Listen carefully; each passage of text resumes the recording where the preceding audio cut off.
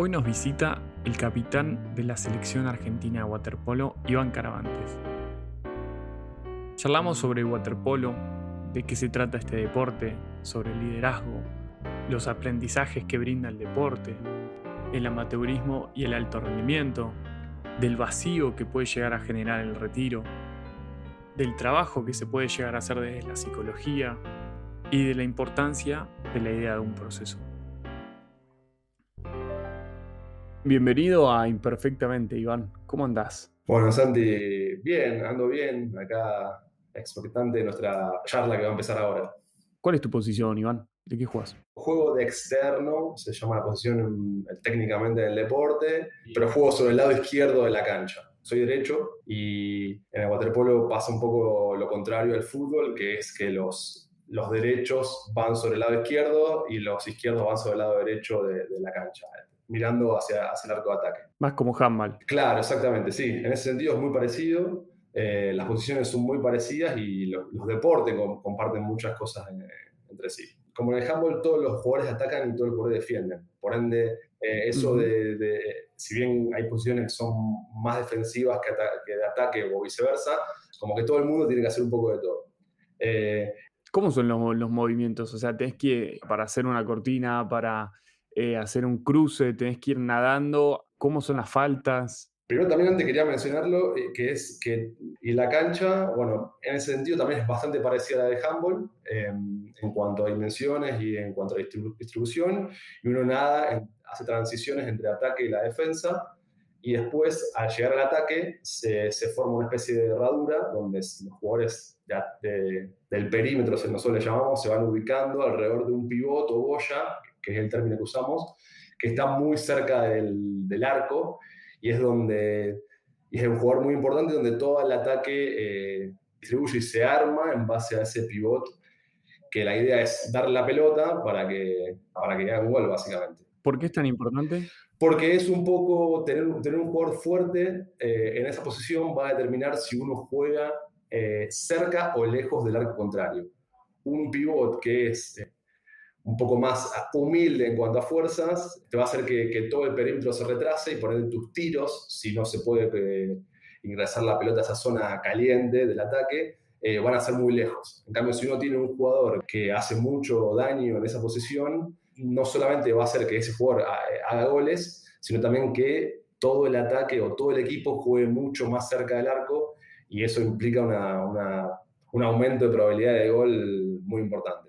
Por ejemplo, estás atacando y el defensor que te viene a defender, a querer sacar la pelota, te puede tirar para abajo, te puede empujar. ¿Cómo recuperas la pelota? Bueno, sí, te puede hacer prácticamente de todo. Obviamente que hay faltas, hay dos tipos de faltas, que son las faltas simples, donde se interrumpe el juego y uno tipo saca nuevamente y pone la pelota en juego, que sería la falta simple, y después está la falta personal, una exclusión temporal de ese jugador durante 20 segundos.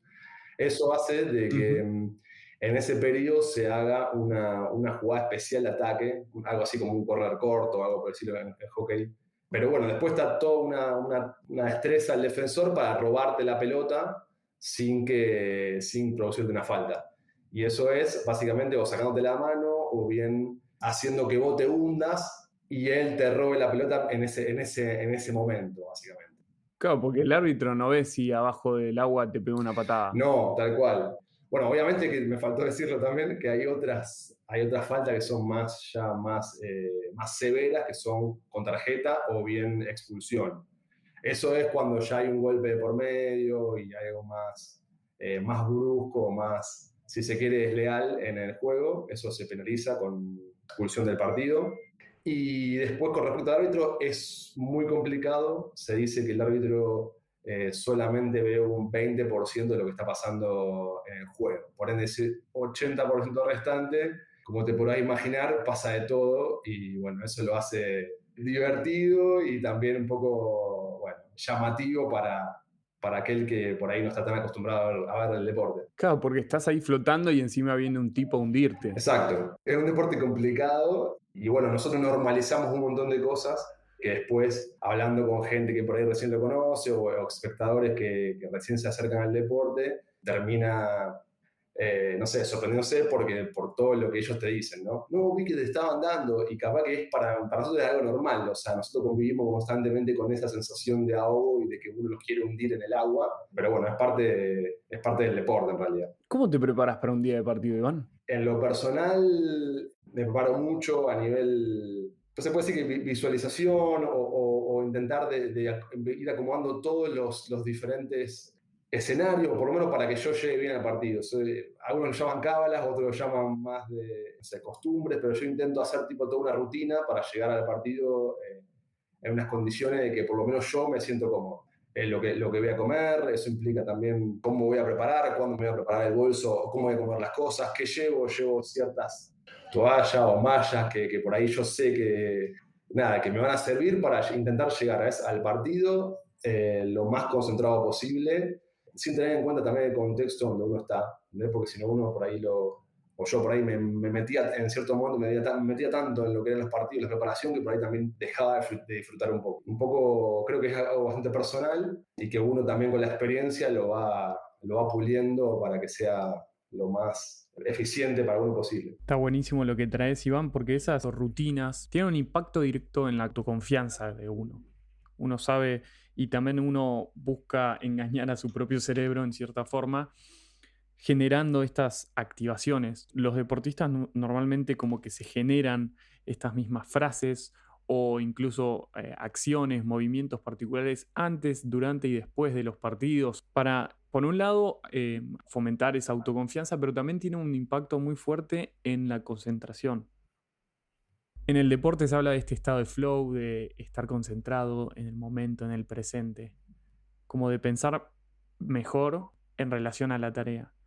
Me imagino que en el waterpolo muchas veces puede aparecer el tipo de pensamiento sobre, uy, me puedo ahogar, o siquiera esa emoción que surge. ¿Cómo haces vos para concentrarte en la tarea durante un partido? O sea, es un tema para mí apasionante. Realmente yo lo que siempre intenté hacer es las primeras acciones de juego, cuando uno entra después de todas esas anclas y esa preparación que estábamos hablando antes, intentar que las primeras decisiones, obviamente a veces se puede, a veces no, a veces ya, porque un deporte de situación y uno no piensa algo, pero después puede ocurrir cualquier tipo de cosa. Pero en general yo lo que intento hacer es las primeras acciones de juego donde yo tengo que decidir o intentar hacerlo o sea, de la manera donde que yo esté seguro de lo que tengo que hacer o anticiparme a eso que tengo que decidir y que esas primeras acciones sean como positivas, ¿no? No estoy hablando de hacer un gol o no, sino que sean como que a uno mentalmente lo deje tranquilo y decir, bueno, mira, di un buen pase, cerró, pero el pase creo que era el momento indicado y era el pase que correspondía. Entrar en un partido con una decisión o con un error al principio a mí generalmente me cambió un poco la visión que iba a tener por lo menos en ese futuro inmediato. Obviamente que después partidos largos y uno también se puede irse recomponiendo ese error o esa decisión mala, pero creo que eso es fundamental. Y eso marca también un poco todo el anclaje y toda esa que hablábamos antes y toda la preparación previa. Si uno se equivoca al principio puede ser, o bien porque no te preparaste tanto, o que necesita una buena entrada en calor, pero algo por ahí falló y está bueno saberlo eso. Sí, esas primeras jugadas uno a veces siente que lo condicionan, pero en realidad uno se pone a pensar y dice que durante el partido siempre alguna equivocación vas a tener. Como que también está bueno esto que estamos charlando de las distintas activaciones, ¿no? De esas cosas que durante el partido, también hasta durante un entrenamiento, como que uno mentalmente se va o se queda en el error o de repente empieza a pensar qué va a hacer después. Y estas activaciones que pueden ser, por ejemplo, darse un golpecito en la pierna, decirse una frase puntual, subirse o acomodarse algo de ropa, ¿no? Como son acciones que te traen un poco de nuevo al presente. ¿Tenés alguna? Soy mucho de hablarme yo mismo, inclusive hasta en voz alta por ahí, soy mucho de hacer eso, soy mucho de también apoyar a los demás y eso hace de que por ahí uno con cierta, a ver, capaz que uno está cometiendo errores, pero siempre teniendo en cuenta de que lo que hace uno aporta al equipo, por ahí eso también está bueno y algo de lo que siempre intento, o sea, de pensar en lo que yo hago, pero también dentro de un contexto que es el equipo. Y eso muchas veces te lleva a veces a, o bien tomar situaciones más bueno, estoy bien yo, por ahí me arriesgo a hacer tal cosa, o al revés, decir, no, mira, hoy no es mi día, tipo, bajo un poco, por ejemplo, mi cantidad de tiro al arco y intento distribuir más y demás. Volver un poco a la tarea. Claro, tal cual. Uno cuando quiere volver al presente, es volver un poco a, yo siempre digo, volver a las bases, volver a un diálogo más instruccional, más de qué es lo que tengo que hacer, cómo hacerlo, que eso te concentra en el presente. Sí, tal cual. Iván, también sos capitán de una selección nacional y recién hablabas de esto de hablarle al equipo, de la importancia. ¿Cuál sentís que es el rol del capitán en sí en una selección o en un equipo? A ver, yo primero creo que cada uno de los capitanes, cada capitán tiene como su estilo, entonces, si bien hay cosas que generalmente se esperan del capitán o tipo tácitamente, creo que hay, cada uno tiene su estilo y cada uno lo va llevando como le sale en base a su personalidad, en base también a su experiencia y demás. Cuando uno es capitán, tiene que empezar a pensar en el nos más que en el yo. Uno puede estar convencido de que la solución o una hipótesis A es la correcta, pero si todo el equipo te está pidiendo B, está en uno hacer que pase B. Nada, eso puede marcar también un poco esa responsabilidad que te dan tus compañeros o que te da el entrenador para liderar un equipo. Obviamente también está la otra situación, es que si uno está convencido en que es A y todo el equipo por ahí, o no sé si todo el equipo, pero algunos piensan en B, también está en uno decir, como, mirá, creo que hay que ir por A, por este motivo, y también un poco predicándolo con el ejemplo, o con la palabra, o con lo que sea, pero tender si uno está realmente convencido, que convencer de que todos hagan A. Y después también hay un montón de liderazgos dentro del equipo que no son capitanes. La cinta la tiene uno solo, pero hay un montón de liderazgos que son o positivos o negativos y están dentro del equipo. Y también hay que tener intentar saber o dar lugar a que esos liderazgos también florezcan y no taparlos por una cuestión, bueno, yo soy capitán en lo que hablo. Eso creo que es fundamental. Una vez un técnico me dijo que para él había tres tipos de capitanes, si quiere, en el equipo. Uno que era el que hablaba con todo el mundo, el que iba llevando un poco la relación, la comunicación entre el entrenador y el equipo. Después estaba el otro que era el líder, que era el talento, que uno siempre lo identifica, que si este pibe o esta chica juega otra cosa, y es el que por ahí te hace ganar partido, decir, bueno, estamos en la lona o no sabemos qué hacer, se la das a él y te saca algo de la galera y terminas ganando o terminas haciendo una jugada que decís, mira, esto no tiene ningún tipo de explicación. Y después está el otro que por ahí, que en mi deporte de contacto también se nota mucho, es aquel que cuando se pone picando el partido se tira la pileta y marca un poco el terreno de a qué se juega, cómo se juega y el tema del roce y demás. Muchas veces eso puede estar en tres jugadores diferentes, hay dos de esos liderazgos que pueden estar unidos en uno, pero bueno, la realidad es que si son tres personas diferentes no todos pueden ser capitán, pero está bueno que eso también se dé y uno tiene que tener tipo la humildad o también la experiencia también bueno, de darle lugar a todo eso. Está buenísimo. ¿Y vos con cuáles de esos tres te identificás?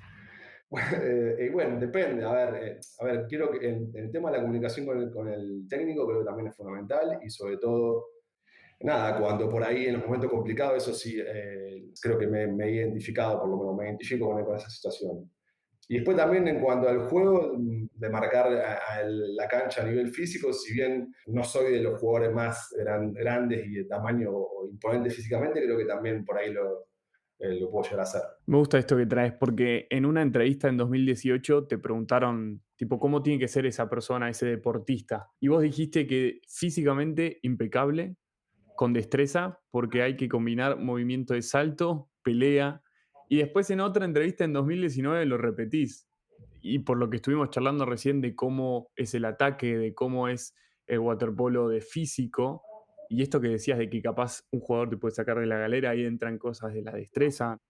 Y mentalmente, ¿cómo tiene que ser un jugador de waterpolo, digamos, psicológicamente? También muy fuerte y se nota muchísimo cuando uno va avanzando de nivel, a nivel elite del deporte, a nivel mundial inclusive, en todos en todos los contextos, nacional, internacional, se nota mucho los jugadores fuertes a nivel mental y cómo esa fortaleza mental por ahí suplanta o bien reemplaza ciertas carencias técnicas. Realmente cuando uno empieza a jugar y cuando uno empieza a entrenar y ya tiene varios años encima, empieza a conocer mucha gente que es hiper talentosa a nivel físico, a nivel técnico, a tipo destreza de movimiento de cuerpo y demás. Realmente se nota mucho aquel que sabe sufrir y que sabe sufrir y saca jugo de eso y de aquel que en realidad le encanta jugar seguramente, pero por ahí no tiene esa proyección o no va a poder llegar a jugar en cierto nivel porque justamente,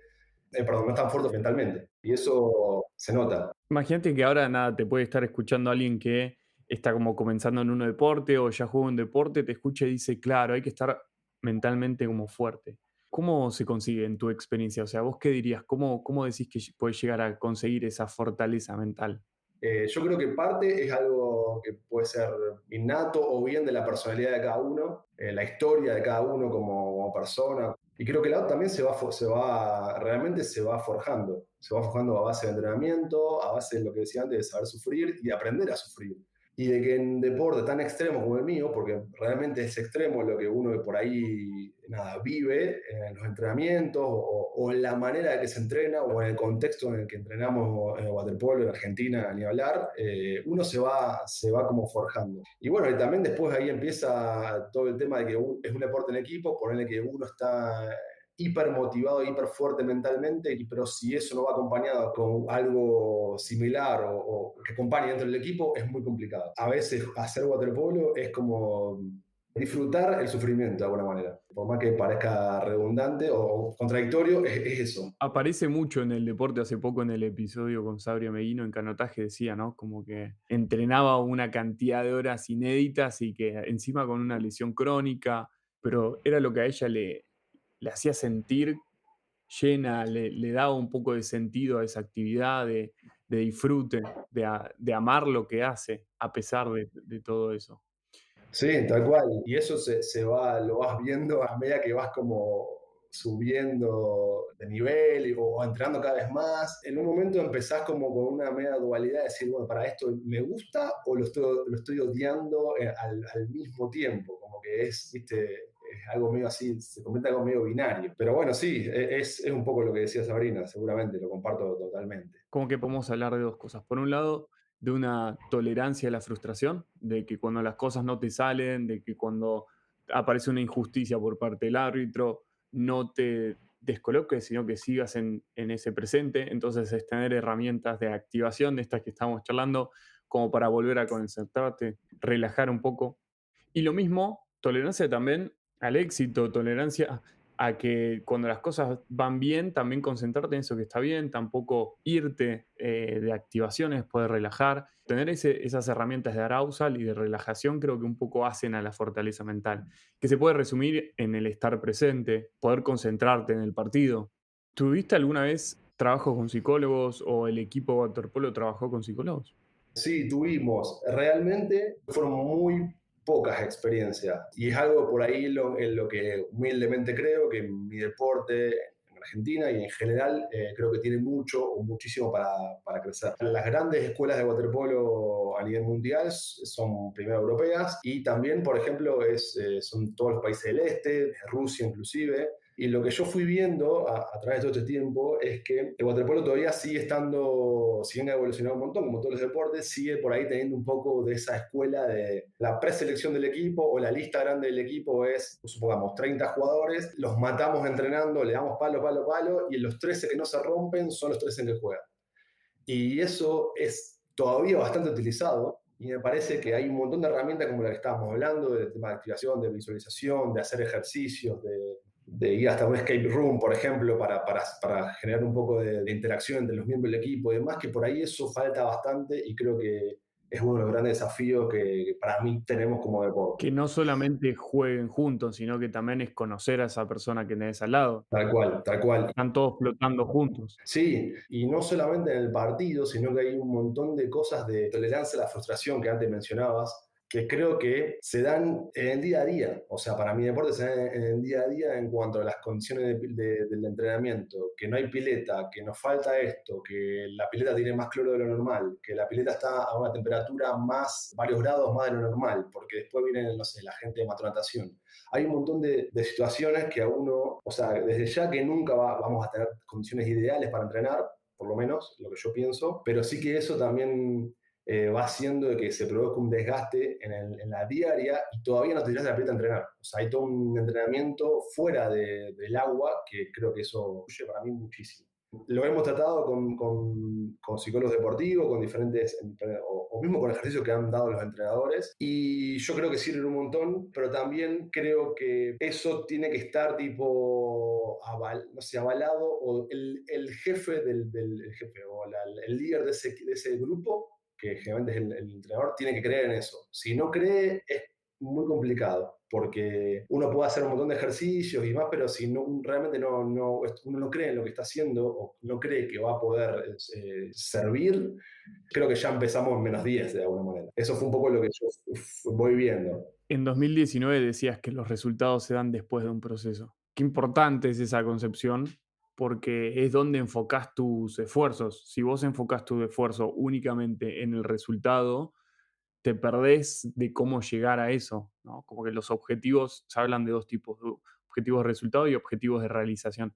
Esos de realización son los necesarios para llegar a esos de resultado. En tu experiencia, ¿dónde viste eso? O sea, ¿cómo llegaste a esta conclusión de que los resultados sean después de un proceso? A base de golpes y a base de derrotas, de alguna manera. Porque claro, cuando uno empieza a jugar en el club, yo arranqué muy joven, a los 7 arranqué yo a los 7 años, y uno empieza, viste, a empezar a jugar, lo hacen de una manera más lúdica, después empiezan a decir, che, pará, no me gusta perder. Bueno, a ver, empezamos tipo a trabajar para ganar de alguna manera. Después uno llega a decir, bueno, listo, a nivel provincial le ganamos a todo, vamos a nivel nacional, perdemos de nuevo. Y uno también empieza a ver, che, para esto, a ver, ¿qué están haciendo ellos que nosotros no hacemos y demás? Si bien obviamente a los 7 años uno no se da cuenta porque está jugando, llega un momento de que uno empieza a ver y a hacer una retrospectiva, por lo menos lo que yo hacía cada vez que jugábamos. Y también uno empieza a ver de que los objetivos del equipo no son todos homogéneos. Y está totalmente respetable y totalmente en un ámbito hiperamateur como el que yo me muevo, que algunos lo hacen para divertirse, otros lo hacen para sacarse los problemas de trabajo, otros lo hacen porque quieren llegar a un nivel deportivo importante, otros lo hacen porque, no sé, vino un amigo, me trajo y yo vine. Entonces uno eso lo va viendo y después cuando empieza en proceso de selectivos y empieza a viajar y empieza a perder contra las potencias, que si no puedo jugar, o sea, contra estos chicos no puedo jugar. Bueno, a ver, ¿qué está pasando? Y uno empieza, nada, me parece que tenemos que nadar más, me parece que tenemos que hacer esto, me parece que tenemos que preparar esto, ¿cómo puede ser que ellos canten una jugada y nosotros por ahí jugamos un poco medio anárquico? Todo eso es todo un proceso y bueno, eso hace de que cuando uno empieza a sumar pequeñas cositas, detalles, y se dice que el alto rendimiento es básicamente, los detalles son importantes, entonces uno empezando a sumar detalles hace que después, bueno, los resultados empiecen a florecer.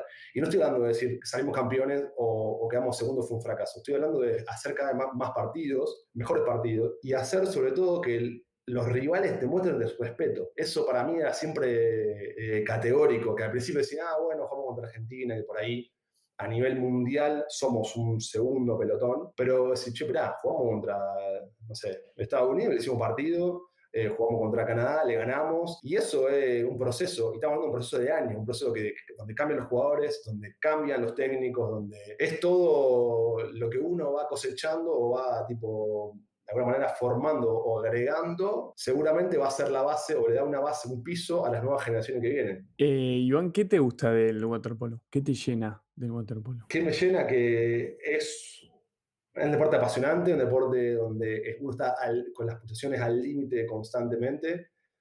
Es un deporte muy complicado, por ende, para jugarlo uno tiene que estar en ese grupo, por lo menos al que le gusta sufrir, al que le gusta entrenar, al que le gusta que las cosas sean difíciles, al que le gusta que uno no se dé por vencido rápidamente. Hay que estar un poco loco para jugar a waterpolo. Y eso, en el buen sentido, creo que es increíble. Comencé como algo lúdico, como algo de que justamente siempre digo que era la mochila de mi hermano, de que donde iba mi hermano yo iba, y bueno, me quedé, y evidentemente me fue gustando, me fue como atrapando, y bueno, y eso hace de que ya uno ya es más grande, por lo menos tiene ya un recorrido y le sigue generando sensaciones. Y en este recorrido también aprendiste distintos valores. ¿Algo que destaques que te haya dado toda tu trayectoria? Un montón de cosas en realidad. Yo siempre, también, siempre destaco que tuve una formación de vida, una formación más allá de lo profesional, de eso, de enfrentar a la adversidad. Me parece que eso creo que fue algo clave para mí, que me reforjó a nivel vida, a nivel trabajo, a nivel situaciones. Y la otra de que esto, saber tipo, jugar en equipo, saber trabajar en equipo, saber apoyarse en otro, saber apoyar y saber apoyarse en otro, también creo que es algo donde creo que yo aprendí un montón. Y después también lo que me hizo conocer, las personas que conocí, ya sea desde gente que juega conmigo hasta que gente que por ahí, rivales, donde uno obviamente cuando juega quiere ganar y va a dejar todo para eso, pero después cuando uno sale ¿viste? Y dice, no, che, mira, este jugador o hablando, dice, no, este tipo está a otro nivel, a nivel mental, a nivel formación, y eso te enriquece un montón. O sea, también otra de las cosas que también que por ahí he aprendido o creo yo que es que si uno quiere mejorar tiene que medirse con los mejores o intentar siempre estar en un círculo donde sean mejores que vos. Eso creo que es fundamental también. Eso hace que uno salga de la zona de confort y mejore, ¿no? Empiece a extender esos límites que uno se pone o que uno tiene. Lo importante también ahí es como volver a esto del proceso, volver a esto de los objetivos tanto de resultado y de realización, ¿no? Como marcarse cuáles son los escalones y tomar capaz eso que vos decís, esos equipos o esos jugadores con un rendimiento tan alto, ponerlo como objetivo y marcar bien cuáles son los escalones para llegar a eso. Sí, y te sumo a esto de los escalones que me encantó, es que muchas veces estos procesos es avanzar tres o subir tres escalones y bajar uno, por ejemplo. 100%. Eso también es algo que por ahí nosotros que hemos intentado, bueno, volver a un nivel que tenía Argentina, que lo tuvo históricamente en la década de 50, por ejemplo, que volver a pelear realmente cosas, jugar torneos que era impensado para nosotros y también hacerle, por ejemplo, no sé, ganar la China, salir quinto una Copa Intercontinental. Eso fue todo un proceso donde subíamos varios escalones, por ejemplo, no sé, ganando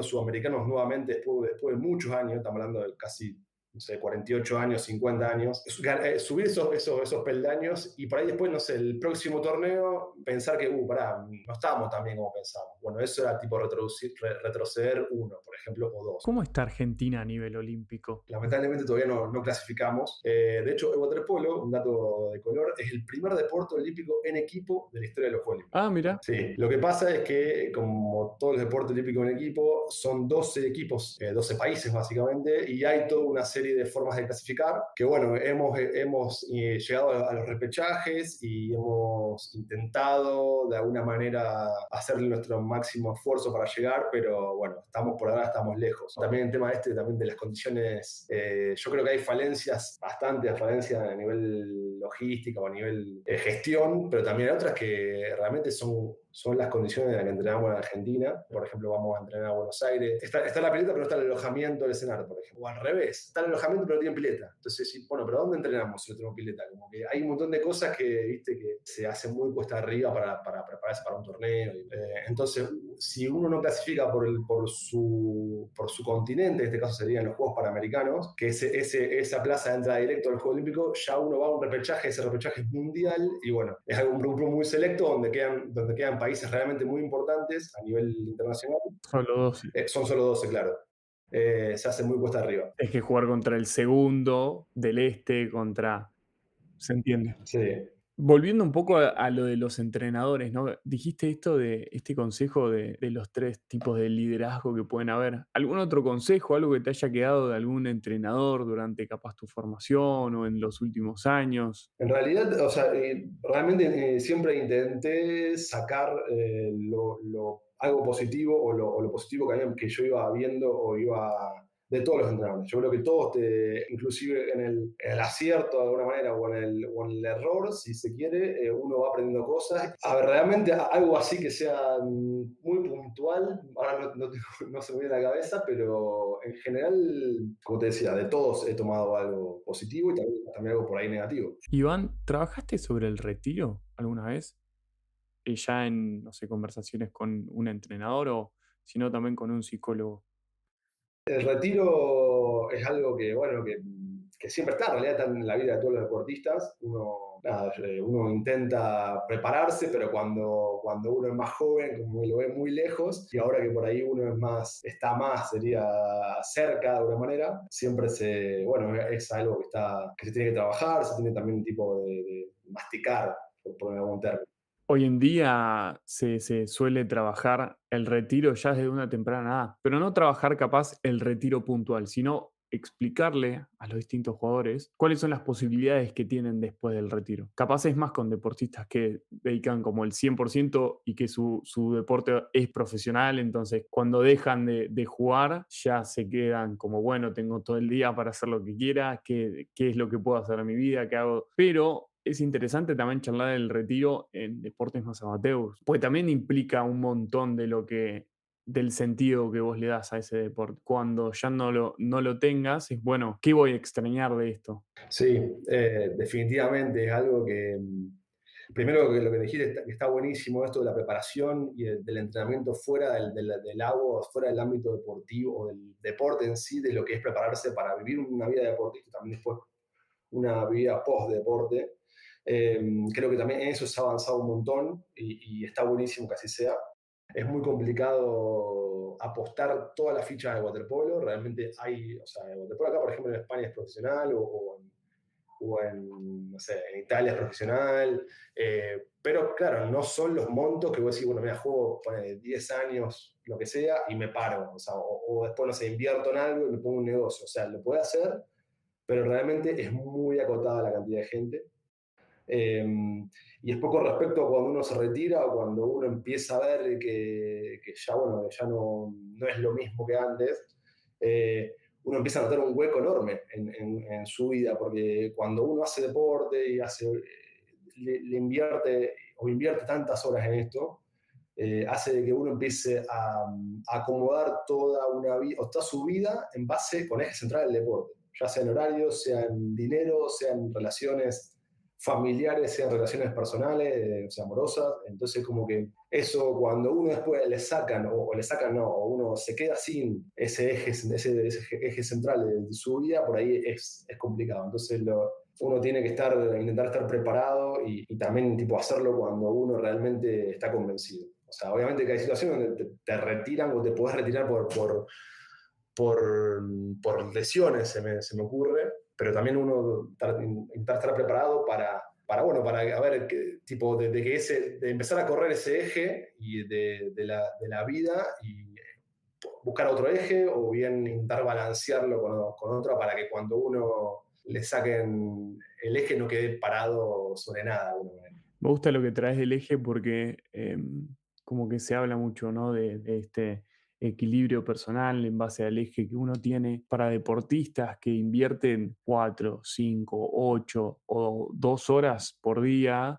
El dejar de hacer esa actividad, el dejar de ir, por ejemplo, de viajar por ese deporte o de repente ver al equipo que sigue jugando y vos de repente lo viste por stream o por la tele o no estás dentro de esa participación, es muy importante hacer un cierre, es muy Sí, importante como ser consciente de qué implicaba eso para vos, para que después cuando ya no lo tengas por lo menos entiendas, ¿no? Seas consciente y tengas esas partes también integradas a tu persona. sí.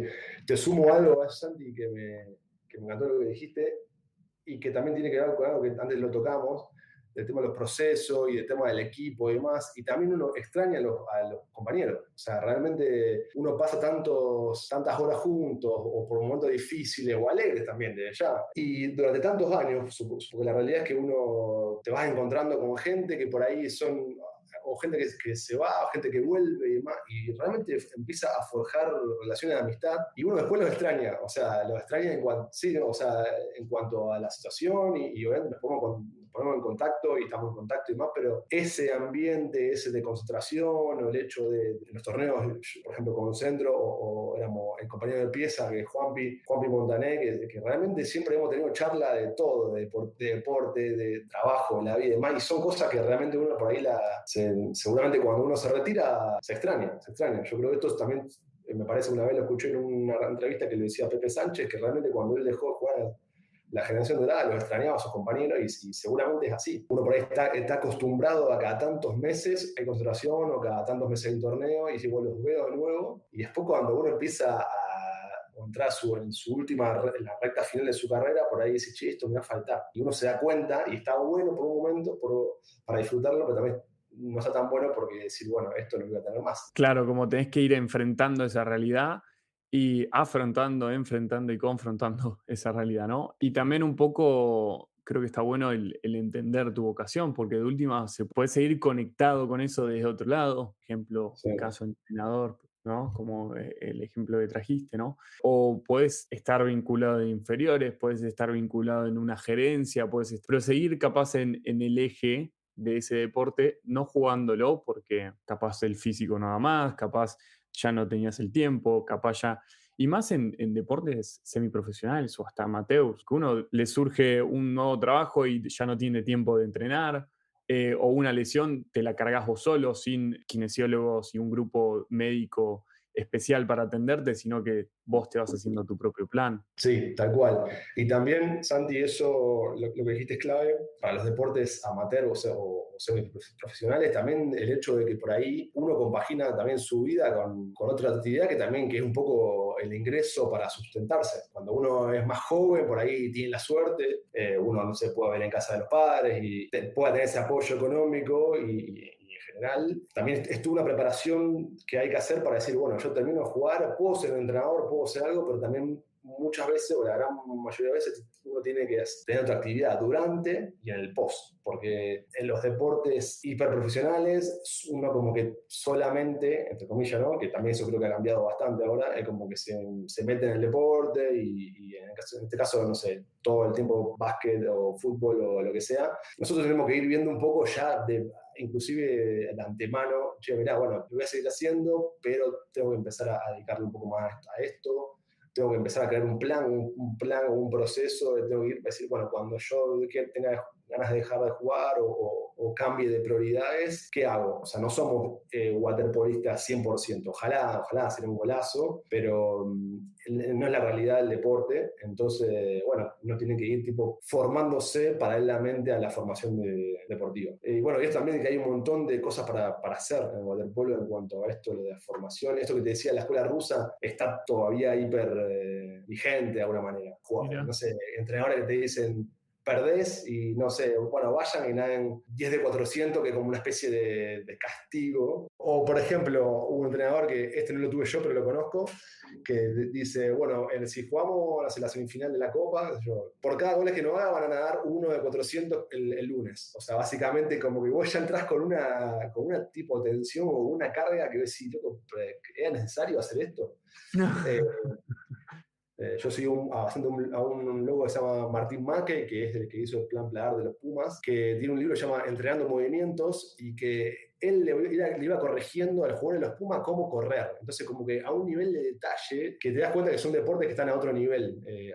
Y eso cuando nosotros vamos a los torneos importantes, como Olímpicos, Panamericanos y demás, vemos un poco cómo se preparan los demás equipos, inclusive los demás equipos argentinos. Yo siempre digo, bueno, intentemos abarcar un poco, o incorporar todo eso, pero se hace complicado por el tema de los recursos, por el tema también, como te decía antes, si el entrenador no cree, es muy difícil y termina siendo una especie de pérdida de tiempo. Para mí no lo es para nada. Pero bueno, una de estos proyectos que tuvimos fue en un psicólogo deportivo, que en un momento estuvimos trabajando, y bueno, que fue una experiencia muy ocupada para mí.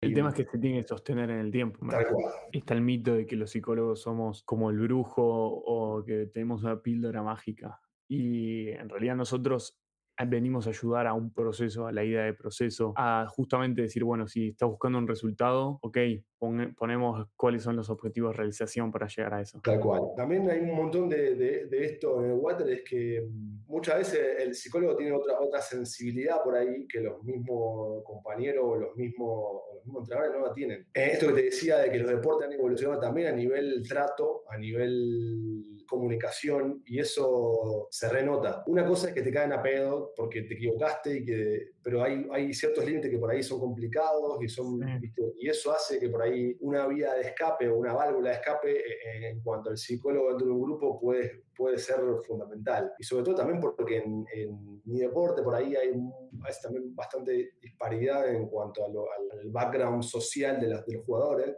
Eso también es algo social y también económico, también, porque ¿qué pasa? La realidad es que al ser amateur, cuando vos empezás, es un poco, tengo que conseguir la guita para viajar a Buenos Aires, para viajar a Córdoba, para ir al sur, para lo que sea. Si bien, claro, si bien la indumentaria que nosotros tenemos es bastante básica, son mallas técnicas, por ejemplo, y no es tan fácil a veces.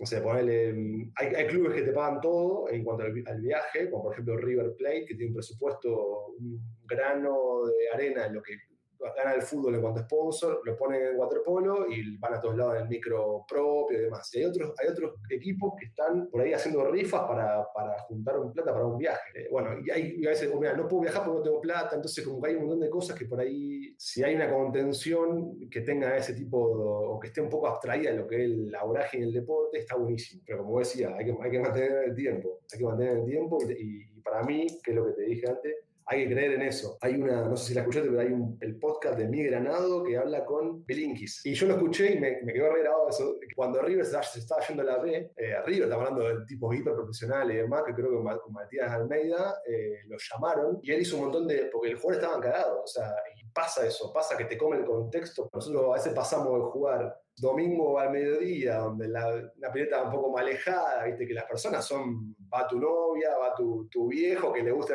apoyarte y demás, va uno que otro, pero por ahí son pocos.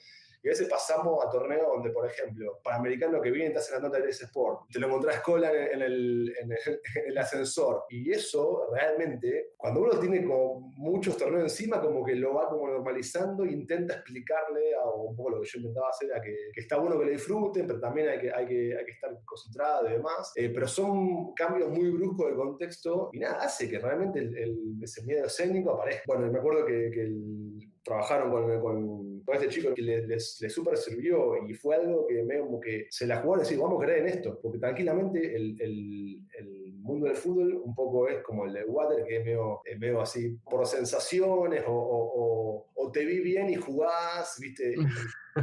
Hay un montón de cosas atrás de eso, que no para todos no todos los jugadores tienen esa personalidad, llamémosle, de decir, bueno, me olvido de todo lo que tengo en casa, me olvido de todo y juego, ¿no? Hay un montón de gente que por ahí tiene otra situación o le pasan cosas y demás, y eso influye. Sí, yo creo que igualmente como que los que mejor juegan o mejor rinden son los que tienen eso integrado a su persona, ¿no? Como me pasa esto en casa o fuera del laburo, pero vengo acá, sé que me pasa eso, pero vengo acá y lo laburo, como que a pesar de que me pase todo eso, me concentro en esto, ¿no? Como que está integrado, no escindido, porque si no después aparecen puteadas al árbitro, aparecen como que empezás a sacar cosas, angustias, broncas, que en realidad no son pertinentes de esa tarea, de ese deporte, de esa situación, sino que estás trayendo cosas afuera. Coincido completamente, justo se me vino algo que relaciona con la frustración que había dado, es que un proceso en el que yo era capitán, o sea, que sí que ya tenía cierta experiencia encima, que fue muy complicado en cuanto a las condiciones, no teníamos pileta, entonces empezamos a hacer cosas, bueno, yo empezaba a llamar a las piletas, por ejemplo, ahí en Rosario, che, ¿los puedo entrenar? No está un par de andariveles, viste, cosas que voy a decir, primero me corresponde, obviamente, pero bueno, uno quiere sumar y quiere meterle pila y demás.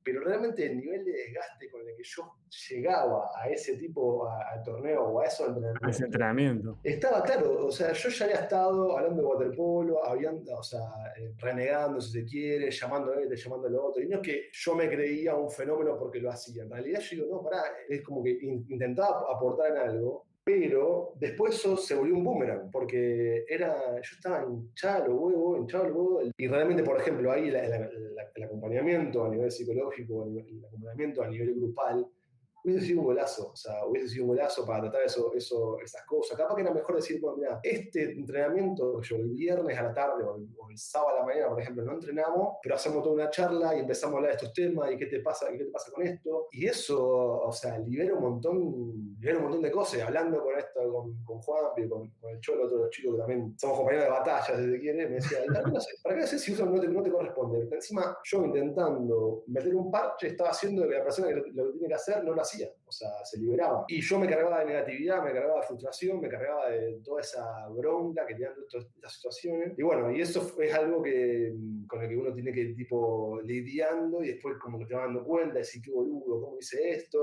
Pero bueno, en general, la verdad que fueron todas cosas más prueba y error, más que un acompañamiento, decir, che, pará, esto no sé si te conviene. Eso, no sé, ojalá que cambie. Sí, seguro, y que se seguirá creciendo. Buenísimo, Iván, muchísimas gracias por tu tiempo. La verdad, un gustazo. Un placer, me encantó la charla, Santi. Hasta el próximo encuentro.